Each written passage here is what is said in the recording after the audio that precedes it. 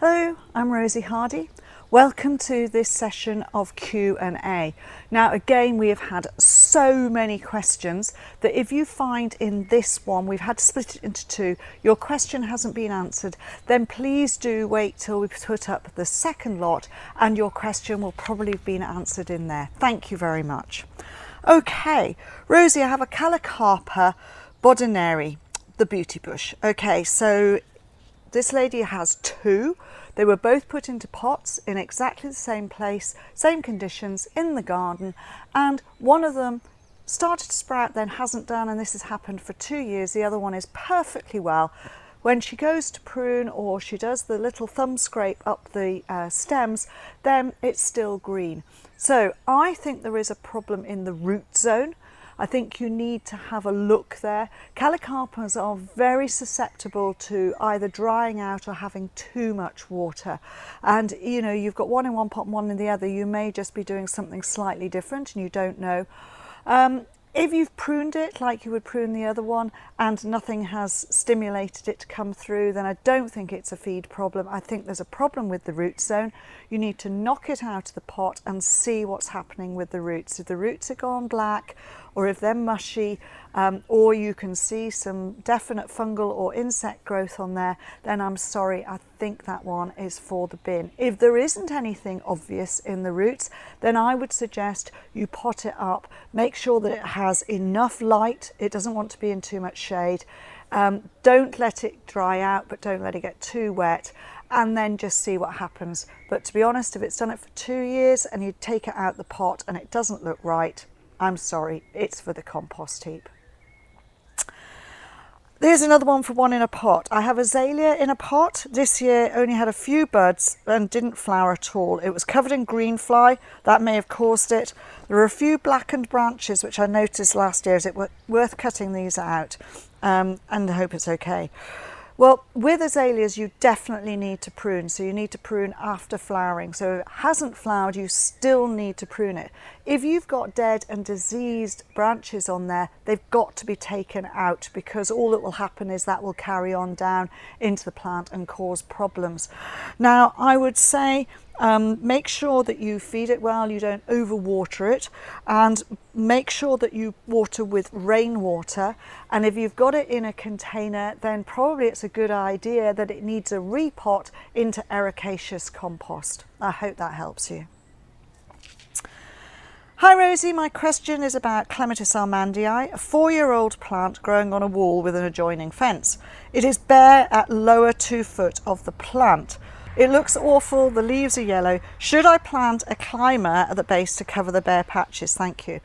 Right, this tends to be something that happens with Clematis armandii, especially if they're not being pruned properly, because they tend to put on a lot of growth and then you have this wonderful foliage. It's lovely long leaves, it's an evergreen form, beautiful big flowers, and that all tends to happen at the top. And quite often, if you don't prune at the top to encourage more new growth at the base, then all it does is it grows on and on at the top and you get bare stems. Now you can help it by giving it a good prune. So you prune after flowering, and you can prune again in the summer if it's getting a little bit exuberant. That will absolutely help, and you may find you stimulate some new growth coming through from the base of the plant. I wouldn't suggest planting another climber, because that's something that's going to wind round, and again we'll probably do the same thing. You would be better off planting something that grows to the height or a little bit higher than the actual bare patches, either in the way of a herbaceous perennial or in a way of a shrub that you can then just put there. That will then keep it shady at the bottom of the plant. They will grow together well and you won't see all of those bare stems going up. So I think that is the better solution. So a little bit of surreptitious pruning, and then put something in the way of a shrub just to cover the front of that bare patch.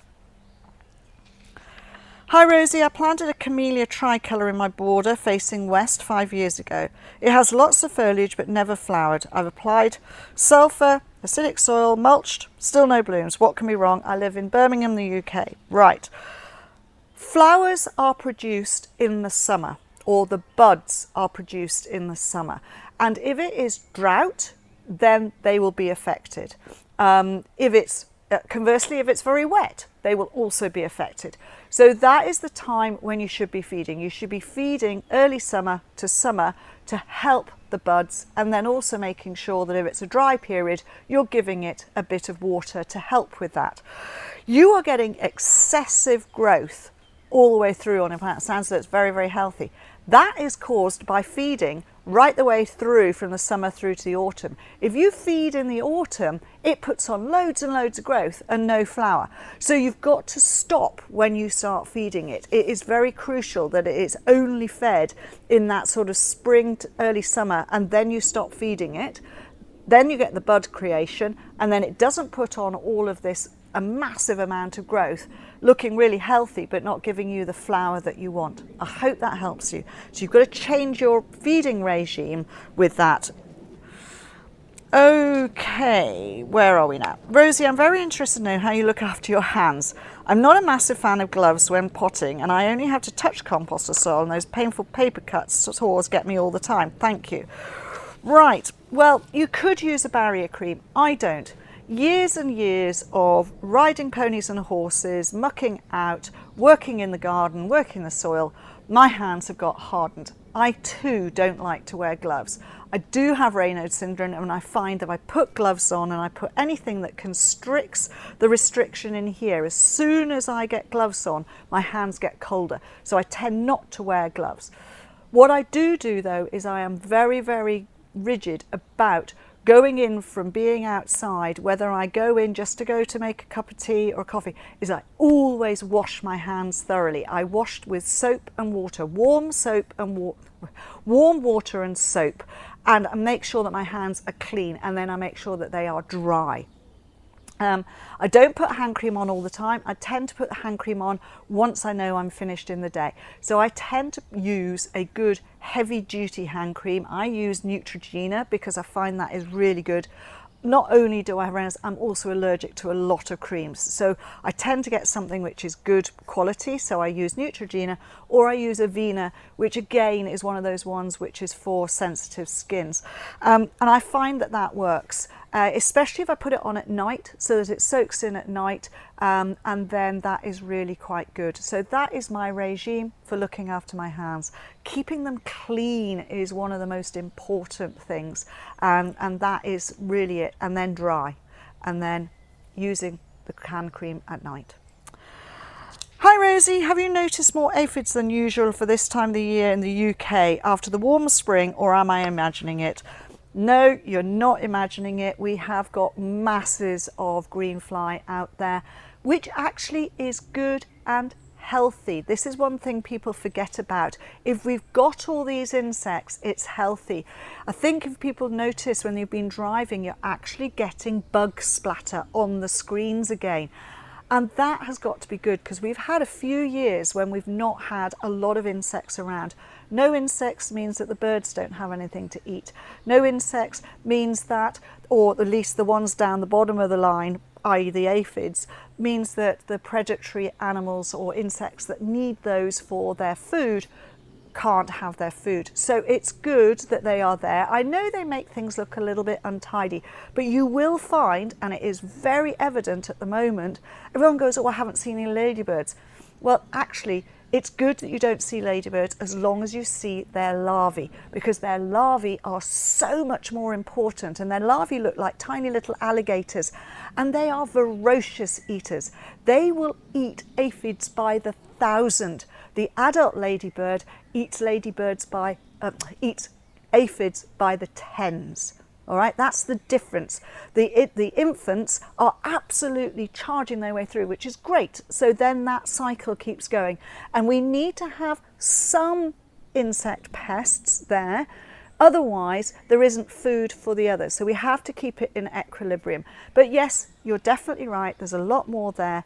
But I'm noticing we get flushes of it and then they disappear. So I think that the actual way that we've got the predators and the prey, it's at an even keel this year. Recently, I set up an email newsletter. And if you want to sign up, then please click in the comments link below, or scan the QR code on the screen now. If you sign up, you get an exclusive video.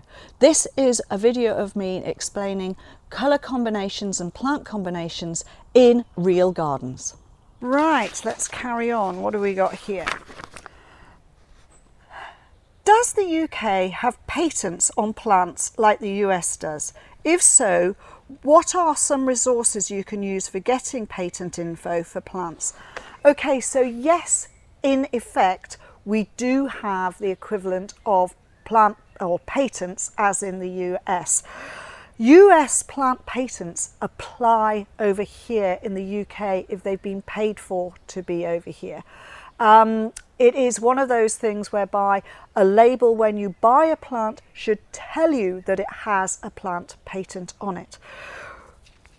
Slightly different way that it works here in the UK and Europe is that we have something called plant variety rights, and these are put on and they're paid for annually by the person who has done the breeding to protect their plant and protect the genetics that they have put into the breeding of that plant.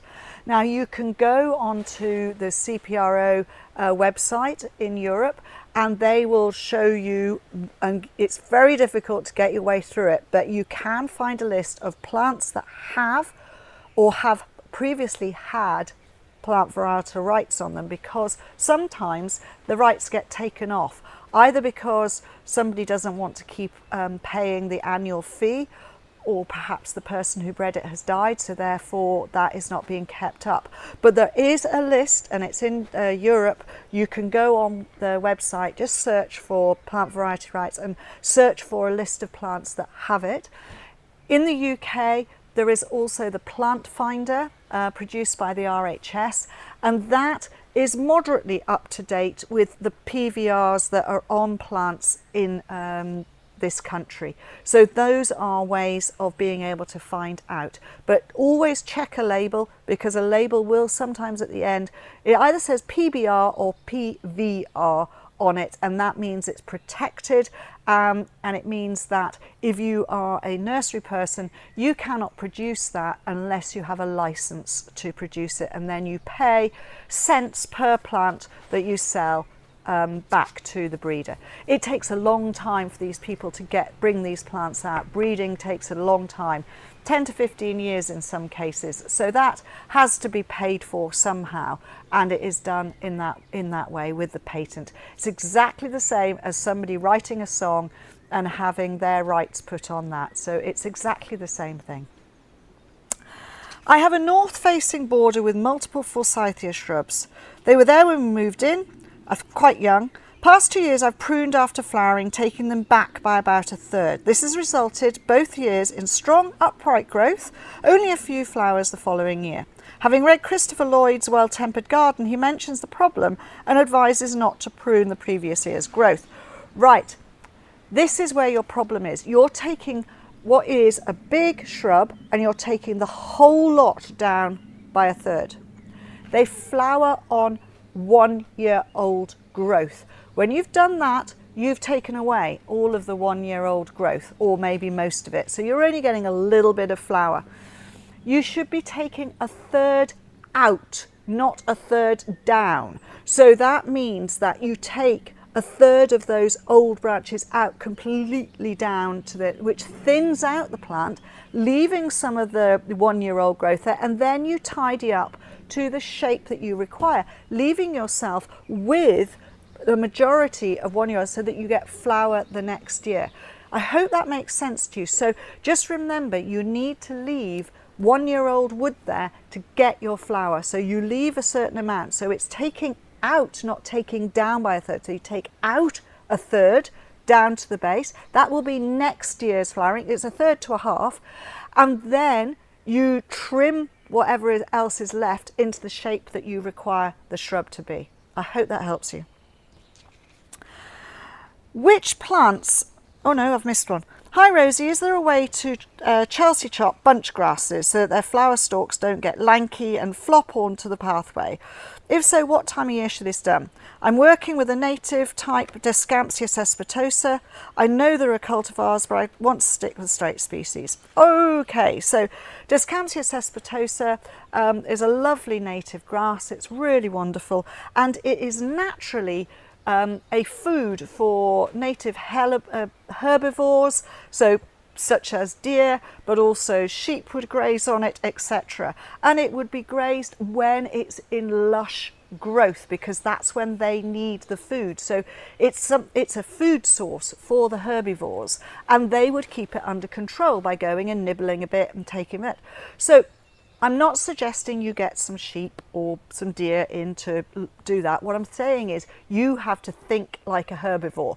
When is the grass looking really lush? That's the time for you to go and give it a bit of a prune back. And that way you will stop it from overgrowing and overexpanding. So it is going to be lush in the late spring and probably in the summer. So it's going to need a couple of times of just being cut back a little bit, thinned down, and then that will just stop it from doing that massive and flopping all over the place. I hope that helps you. Think like a herbivore. Right, which plants can flower and look good in a shady forest border in late summer and autumn? Now, there are quite a lot of plants that will look good in those situations, such as Calathea, autumn crocus, and some of the impatiens.